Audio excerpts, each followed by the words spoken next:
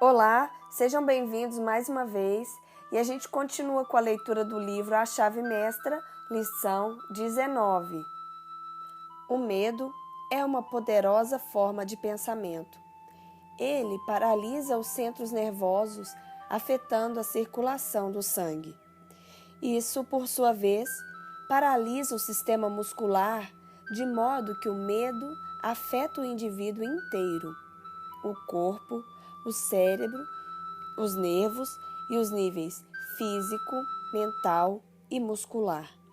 Naturalmente, o modo de vencer o medo é tornar-se consciente do poder. O que será essa força misteriosa que chamamos poder? Não sabemos, mas por outro lado, tampouco sabemos o que é a eletricidade. Mas sabemos que, ao aceitarmos as exigências da lei que governa a eletricidade, ela será a nossa servidora obediente.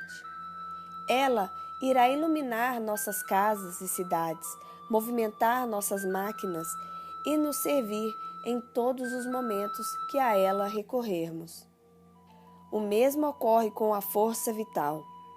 Embora, sem sabermos o que ela é, e talvez jamais chegaremos a saber, temos a consciência de que ela é uma força primária que se manifesta por intermédio dos corpos vivos e que, ao acatar as leis e princípios pelos quais ela é governada, podemos nos abrir a um fluxo mais abundante dessa energia vital e, assim, expressar o grau mais elevado possível de eficiência mental, moral e espiritual.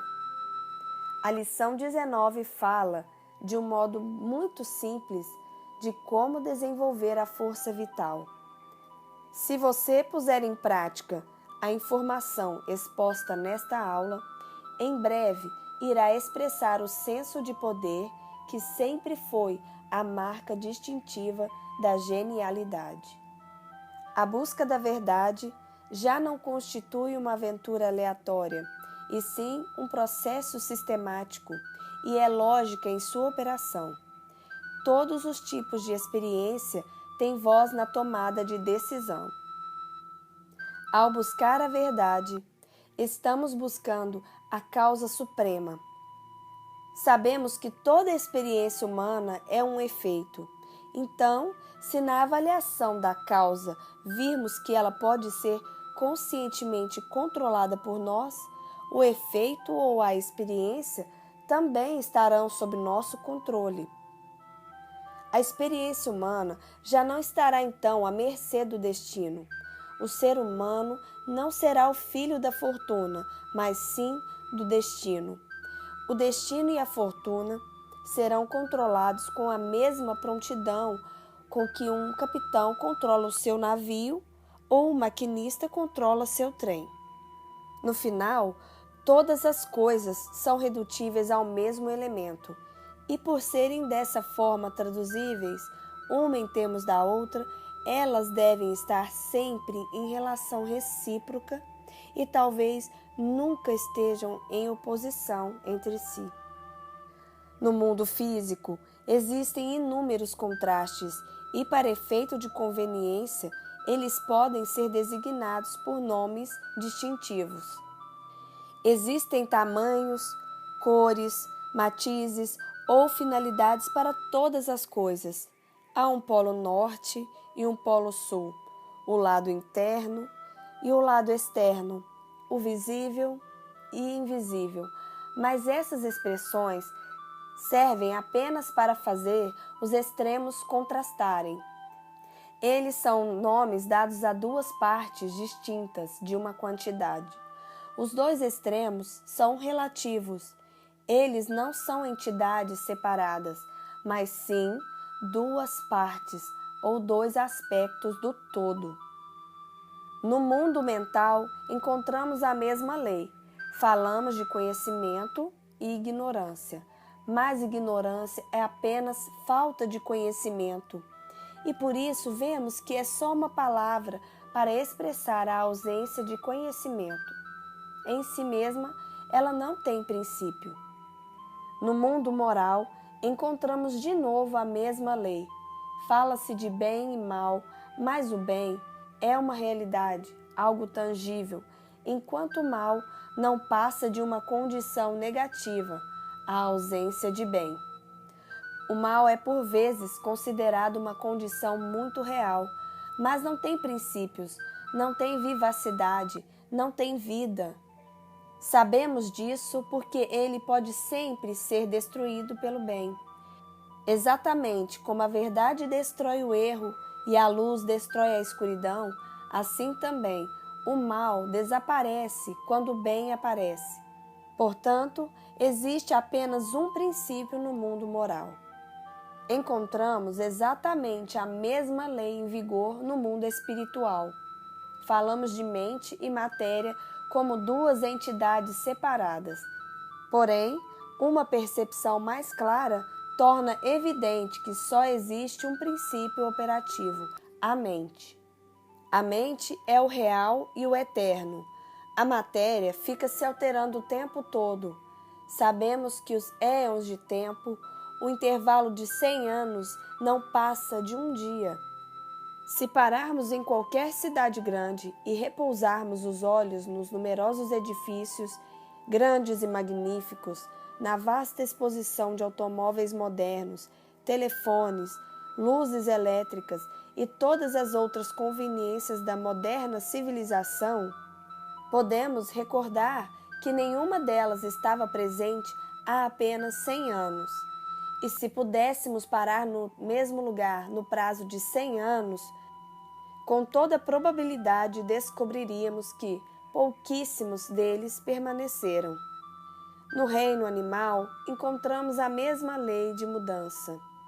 Os milhões e milhões de animais nascem e morrem com o escopo de suas vidas constituídas por alguns anos. No mundo vegetal, a mudança é ainda mais rápida.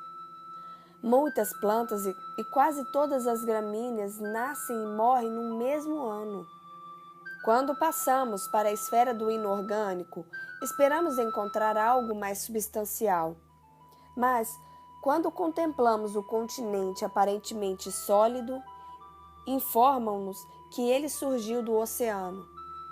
Vemos a montanha gigantesca e nos dizem que o lugar onde ela agora se ergue outrora foi um lago.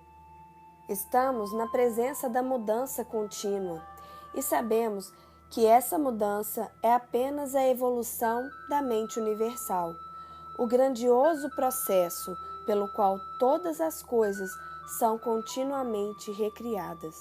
Conscientes de que a matéria é apenas uma forma assumida pela mente, vemos que ela não passa de uma condição.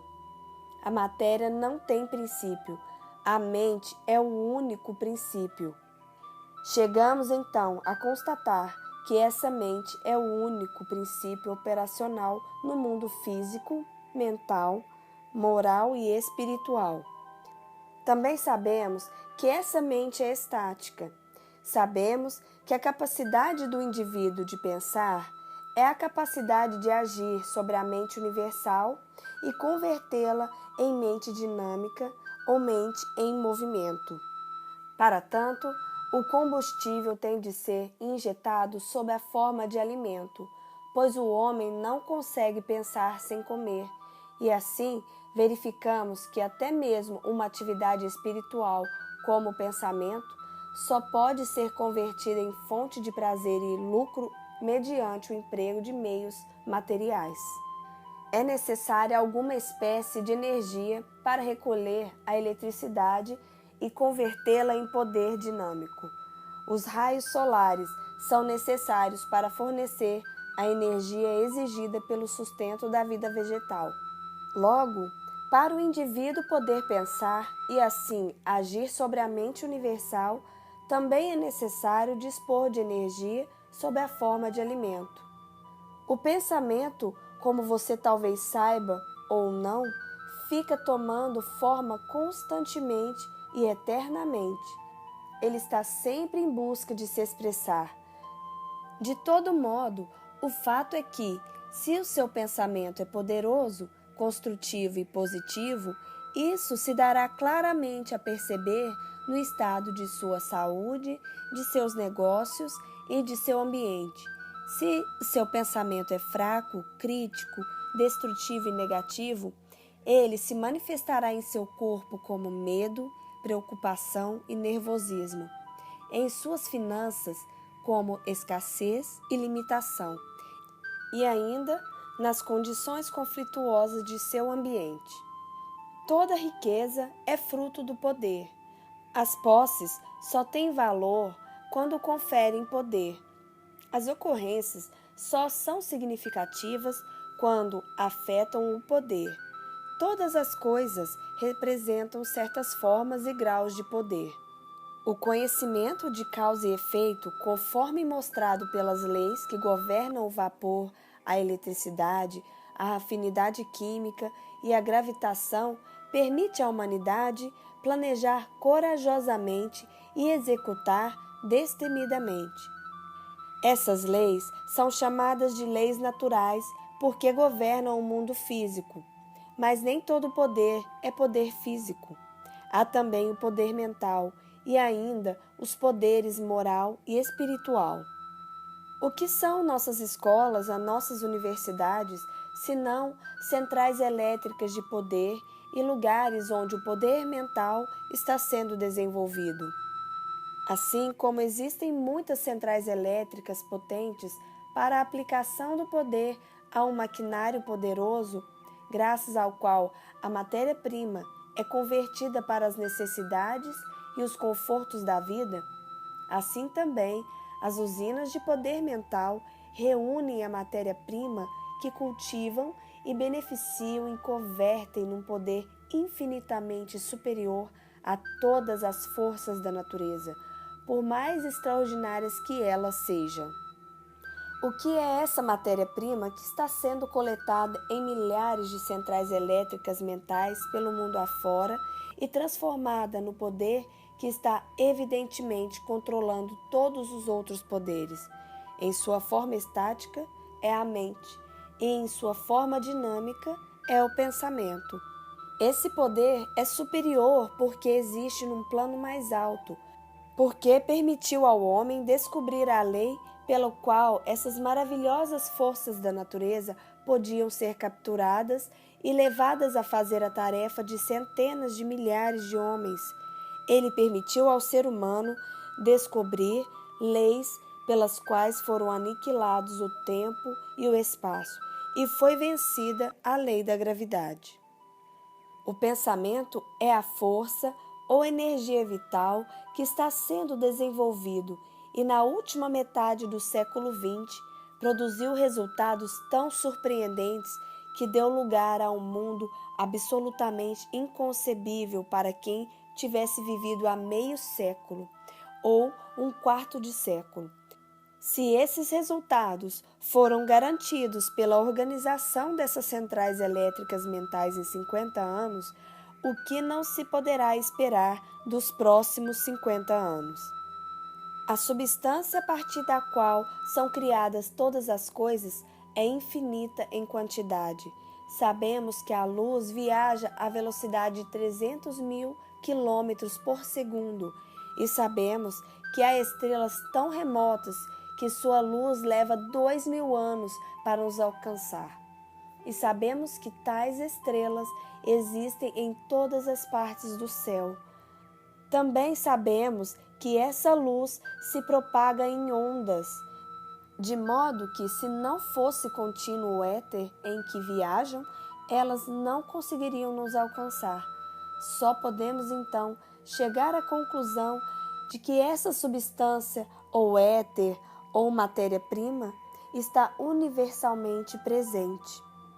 Como, então, ela se manifesta em forma? Na ciência elétrica, uma bateria é formada pela conexão de polos opostos de cobre e zinco, o que leva uma corrente a fluir de um polo a outro, produzindo energia. Esse mesmo processo é repetido com relação a todas as polaridades e, como todas as formas, simplesmente depende da frequência vibratória das consequentes relações dos átomos uns com os outros, se desejarmos mudar a forma da manifestação, devemos mudar a polaridade. Este é o princípio da causalidade. Para o seu exercício desta semana, concentre-se, e quando eu uso a palavra concentrar, quero dizer tudo o que ela implica. Absorver-se no objeto do pensamento a ponto de não ter consciência de nada mais. E faça isso alguns minutos por dia. Para nutrir o corpo, você reserva o tempo necessário às refeições. Por que não reservar tempo à assimilação do alimento mental? Deixe o pensamento se deter no fato de que as aparências enganam. A terra não é plana, tampouco estacionária. O céu não é uma cúpula. O sol não se move. As estrelas não são pontinhos de luz. E descobriu-se que a matéria, outrora considerada fixa, se encontra em estado de fluxo perpétuo. Tente entender que rapidamente se aproxima o dia em que os modos de pensar e agir terão de ser ajustados ao conhecimento em constante progressão da operação de princípios eternos. E o autor termina a lição com uma frase de Channing: o pensamento silencioso é, afinal de contas, o agente mais poderoso dos negócios humanos. Fim da lição 19. Muito obrigada a todos e até a próxima semana com a lição 20.